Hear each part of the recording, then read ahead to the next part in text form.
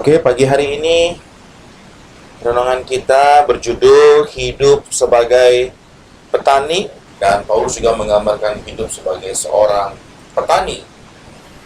Dan seorang petani yang bekerja keras haruslah yang pertama menikmati hasil usahanya.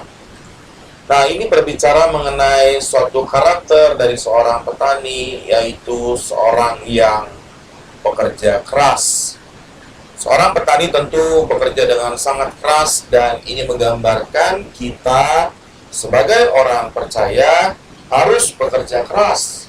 Artinya kita tidak boleh malas, ya.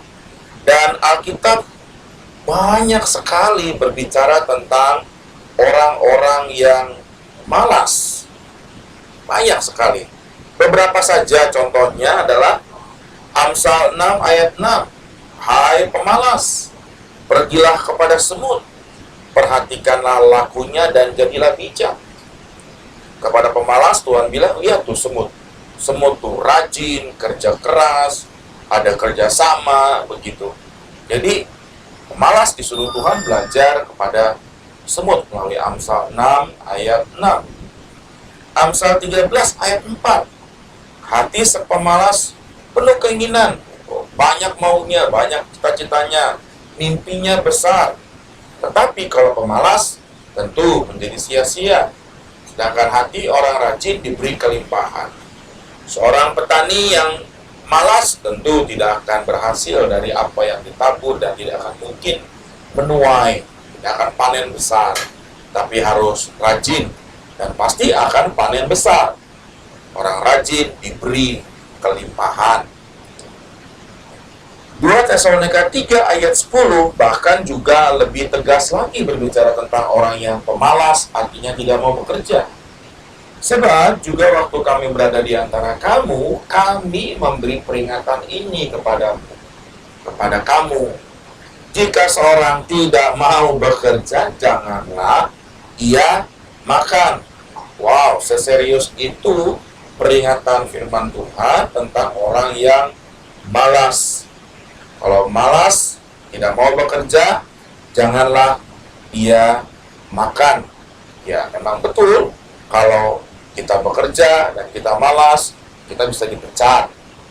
Ya, kalau kita berusaha, kita malas, misalnya buka toko, kita malas buka toko, kita bangunnya siang, kemudian kita buka juga malas-malasan, ya tentu kita tidak akan meraih kelimpahan dari usaha kita. Ya. Jadi, tidak mau bekerja, janganlah ia makan. Demikian, sebagai seorang petani, menggambarkan seorang yang rajin bekerja keras, tidak malas, dan sekali lagi ada begitu banyak sekali firman Tuhan berbicara tentang orang-orang yang pemalas. Dan kemudian, seorang petani itu tentu menabur. Dan seorang petani dia harus pintar menabur benih yang baik. Karena kalau benih yang buruk, tentu hasilnya akan buruk. Seorang petani dia tahu mana benih yang baik dan mana yang bukan benih yang baik, benih yang rusak. Nah, sebagai orang percaya, mengapa digambarkan sebagai seorang petani? Karena di dalam Lukas 8, Tuhan membentangkan semua perumpamaan tentang menabur benih yang dilakukan oleh petani. Dan benih yang dimaksudkan oleh Tuhan Yesus adalah firman Tuhan. Lukas 8 ayat 11. Inilah arti perumpamaan itu. Benih itu ialah firman Allah. Seorang petani dia harus menaburkan benih yang baik. Nah, kita sebagai orang percaya, anak-anak Tuhan, digambarkan sebagai seorang petani. Berarti kita harus menabur perkataan-perkataan yang baik. Kalau bukan menabur firman Allah, setidaknya kita menabur perkataan-perkataan yang baik kepada orang lain. Sebab itulah kita menentang sekali dengan apa yang namanya bullying. Dan bullying itu adalah benih yang sangat buruk. Benih firman Tuhan menghidupkan, tapi benih yang buruk mematikan. Bullying jelas menjadi benih yang buruk yang akan mematikan.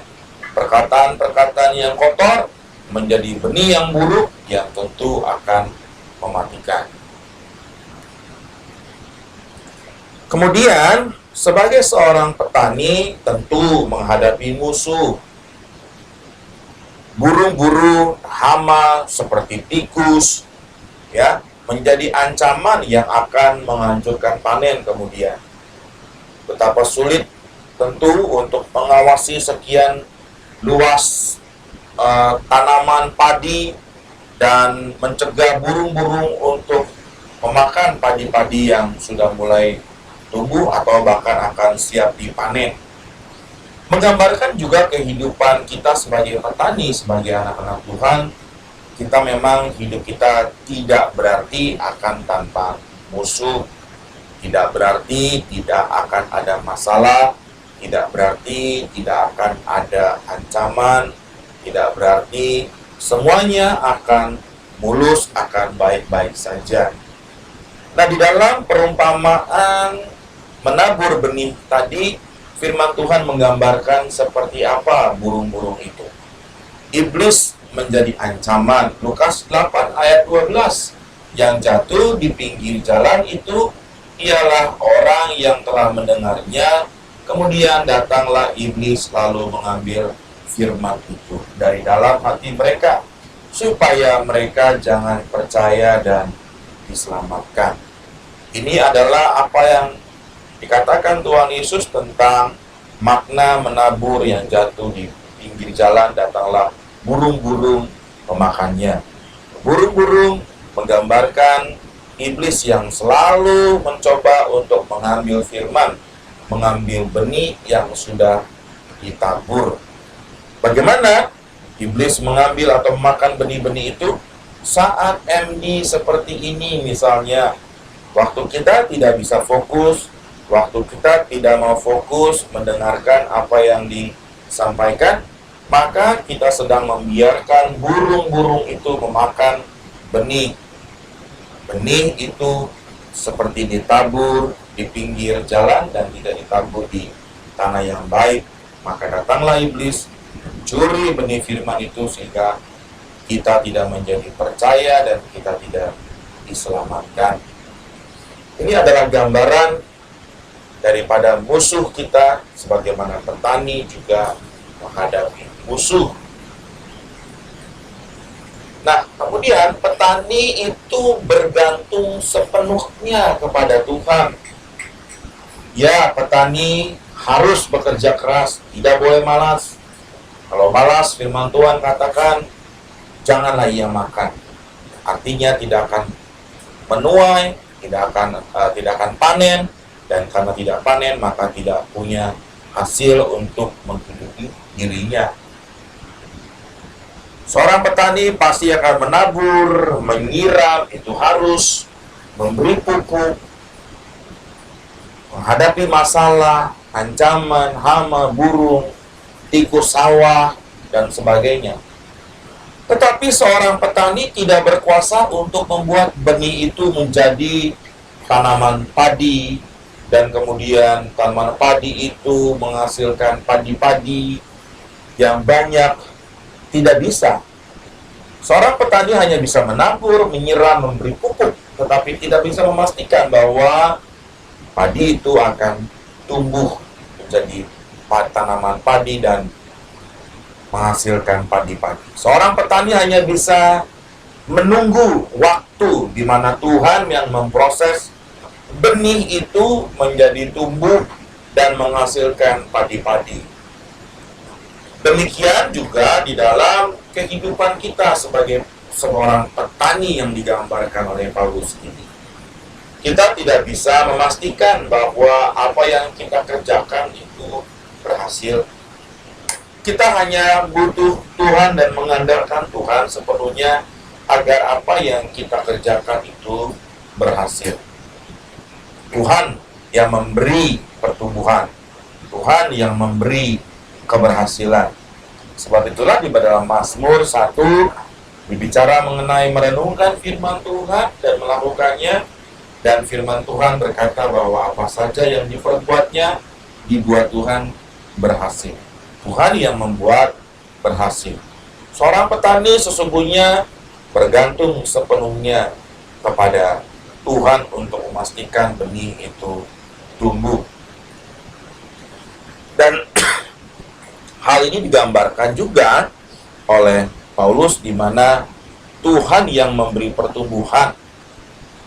Dia berkata, aku menanam, Apolos menyiram, tetapi Allah yang memberi pertumbuhan.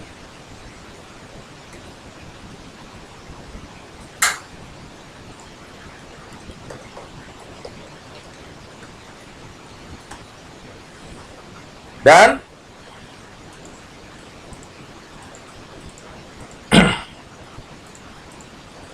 ayat 7-nya, karena itu yang penting bukanlah yang menanam atau yang menyiram, melainkan Allah yang memberi pertumbuhan.